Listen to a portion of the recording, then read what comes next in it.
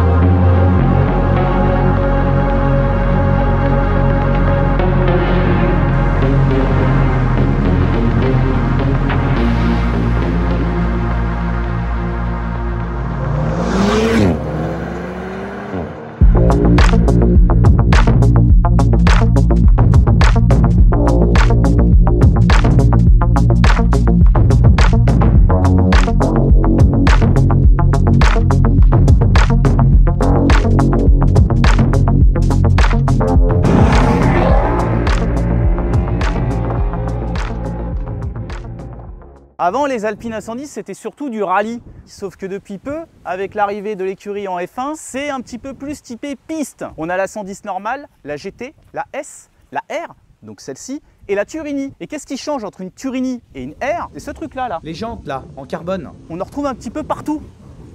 Ici, en dessous. Et ici, bon, je vous la refais. On a une lame avant en carbone, un capot avant carbone, un pavillon carbone, une lunette arrière carbone, puisque c'est un moteur central arrière, donc il est ici, un aileron carbone, un diffuseur carbone qui vient justement prolonger la ligne de la voiture. Et sans oublier les jupes latérales, également en carbone. Et puis les feux qui sont sur la R translucide, proposés en option sur les A110 dites normales et plus. Et ce carbone, il sert à quoi? À gagner du poids.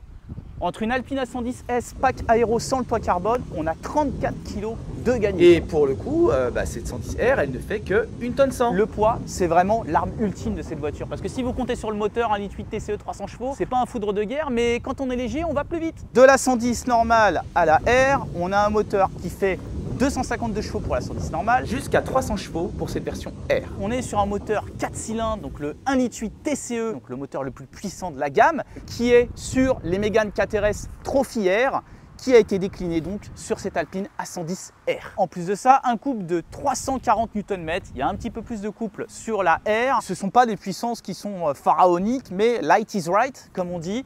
Et au vu du poids que ça fait, je peux vous assurer que 300 chevaux, ça va suffire amplement pour aller titiller les plus grosses sportives. Et donc cette 110R, c'est un châssis aluminium à 96%. On va retrouver également deux séries des suspensions hydrauliques qui vont permettre de régler les taux de compression, enfin la détente en soi. Il y a une petite bague avec 20 crans de position. Le châssis est par défaut 10 mm plus bas qu'une Alpine A110S, sachant qu'en plus de ça, on a la possibilité de la régler encore plus basse de 10 mm supplémentaires, ce qui fait un total de 20 mm.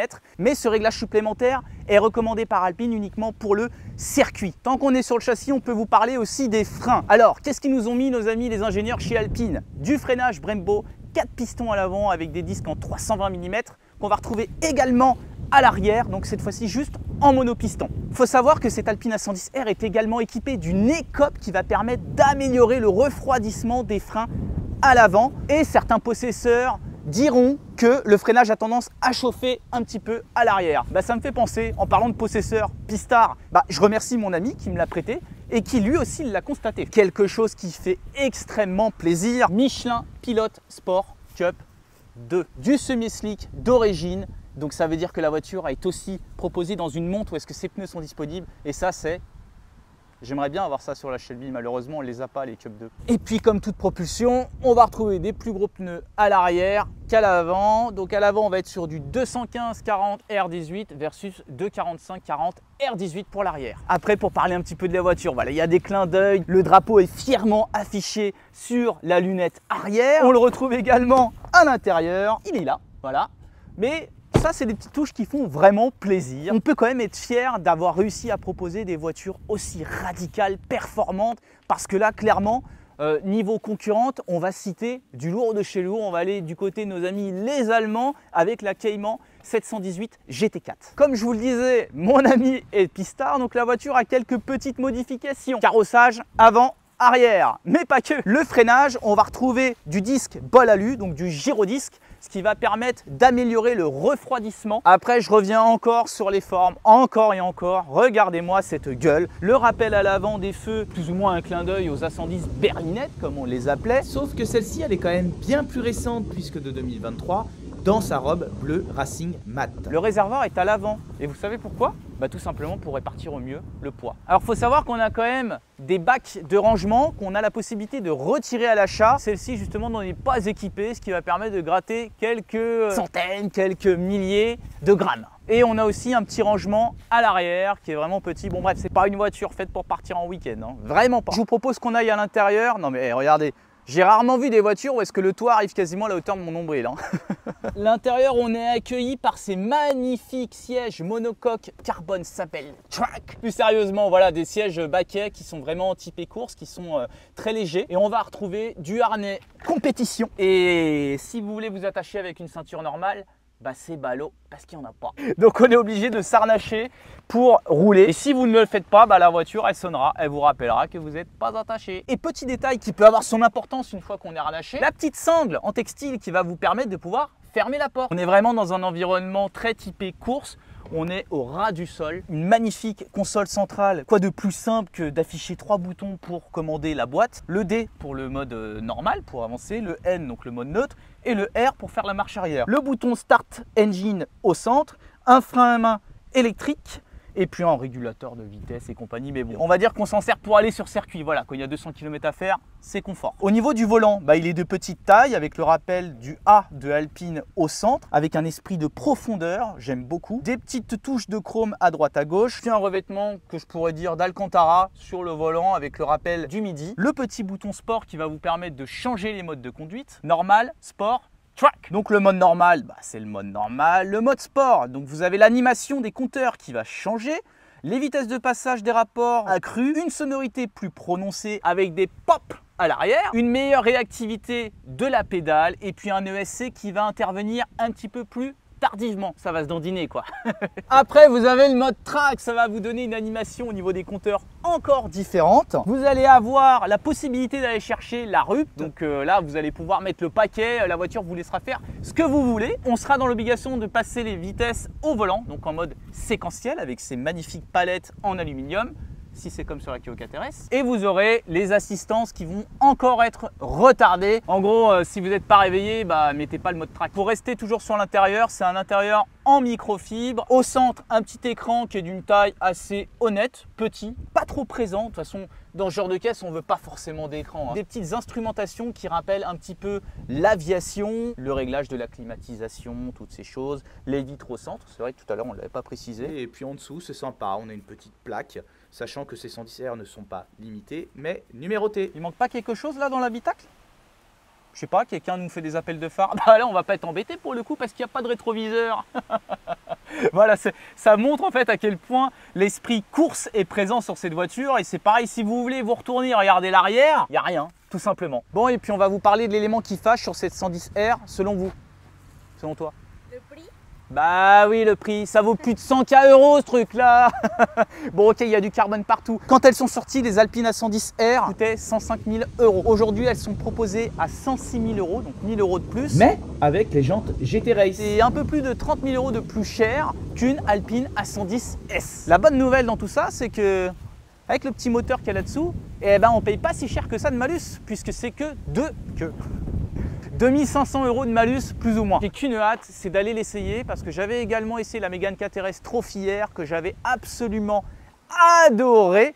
Mais dans cette Mégane KTRS Trophy-R, on avait quand même quelques kilos en plus à traîner. Certes, la même puissance, mais là, on va avoir plus ou moins 300 kilos en moins avec de la propulsion, avec des suspensions bien plus perfectionnées. Je vous fais chanter un petit peu la ligne d'échappement. Il y a une ligne Titane Akrapovic qui est proposée en option. Celle-ci n'en est pas équipée. Allez, on démarre, c'est parti.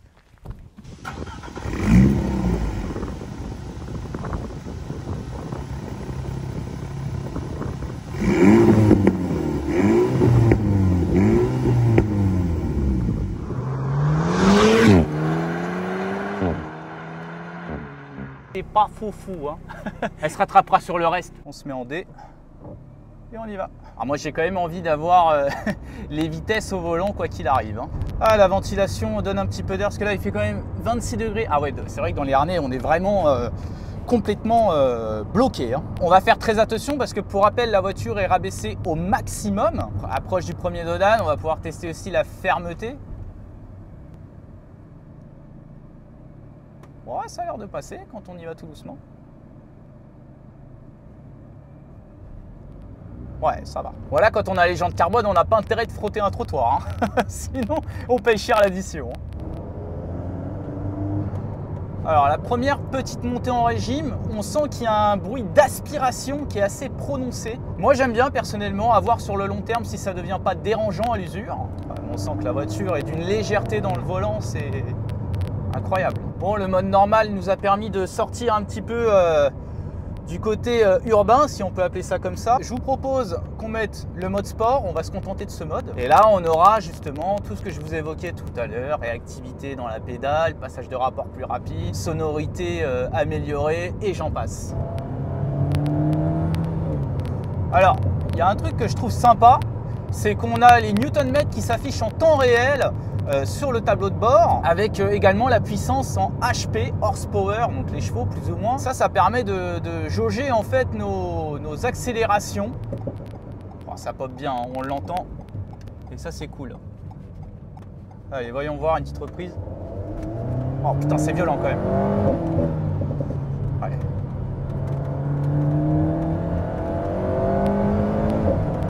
Alors je dois confirmer effectivement que la sensation de légèreté est très ressentie dans la voiture. La pédale de frein a l'air relativement dure. Oh, la voiture, on sent qu'il en faut peu pour tourner, hein. Voilà, ça marche.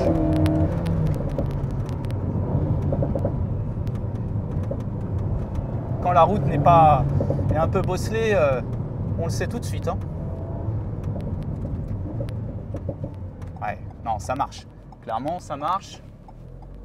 Oh, ça tourne tout seul. Ça, c'est franchement génial.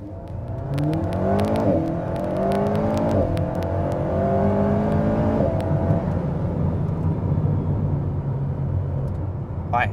Les reprises sont franches.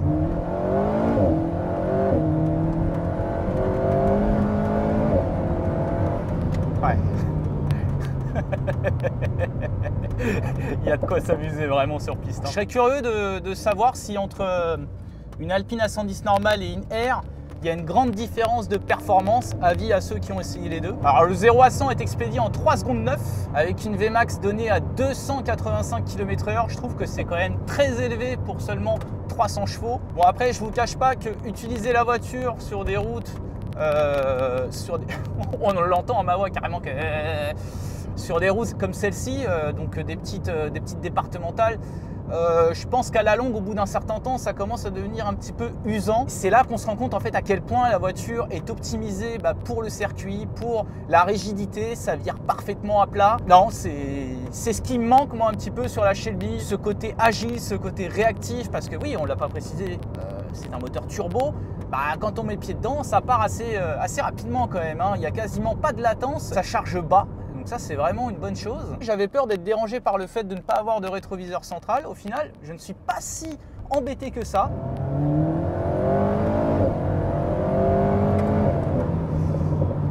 Ça repart quand même vachement bien. Niveau motricité, ça a l'air tout simplement excellent, malgré qu'on soit sur les Cup 2 et qu'il soit relativement froid, hein. Je suis pas sur circuit, donc j'ai pas fait chauffer, hein. Mais je sens absolument aucune perte. Je trouve que la voiture met quand même relativement en confiance. On est certes sur un modèle très radical qui peut être exigeant, et j'ai pas d'appréhension à mettre du rythme dans les courbes, tout ça. En fait, on sent que la voiture est tellement précise et rivée au sol qu'on se dit que quoi qu'il arrive, on pourrait y aller, quoi.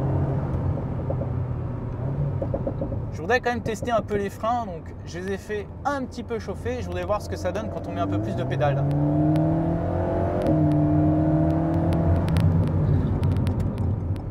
Ouais, le warning s'est déclenché. Non, ça freine vraiment bien parce que là, je peux vous assurer qu'il y en avait encore sous le pied. Et puis c'est cool de se dire qu'au niveau consommation, on n'est qu'à 6,8 litres en mixte. Quand même remarquable pour une sportive aussi radicale, hein. Regardez, là, je suis en train de tourner autour du rond-point.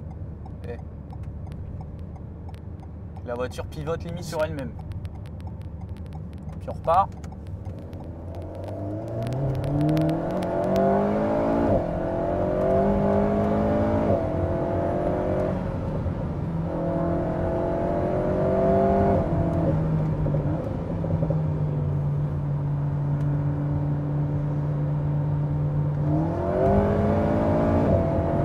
bonheur!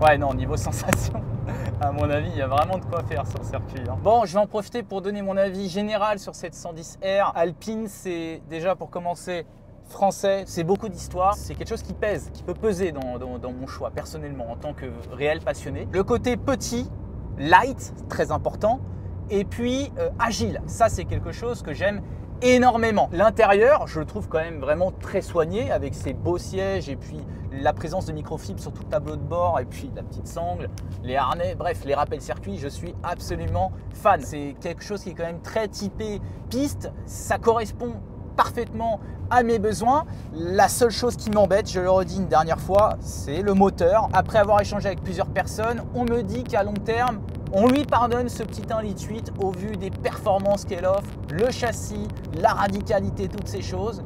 Moi, je demanderais à voir dans le temps. C'est quand même quelqu'un qui a une Shelby GT350 qui vous parle, le V8 Voodoo qui est très expressif avec le vilebrequin à plat. Forcément, sur ce point-là, j'ai des attentes qui ne sont pas atteintes. Mais sans ça, essai où est-ce que franchement j'ai pris énormément de plaisir. Un grand merci encore à mon ami qui m'a fait confiance pour me prêter sa belle. Je vous invite fortement à liker, commenter, soutenir la chaîne. C'est ce qui me booste moi pour vous proposer des essais comme ceci. Et puis pour finir, je vous remercie d'avoir regardé cette vidéo. On se dit à la prochaine. Allez, salut tout le monde. Ciao. Bye bye.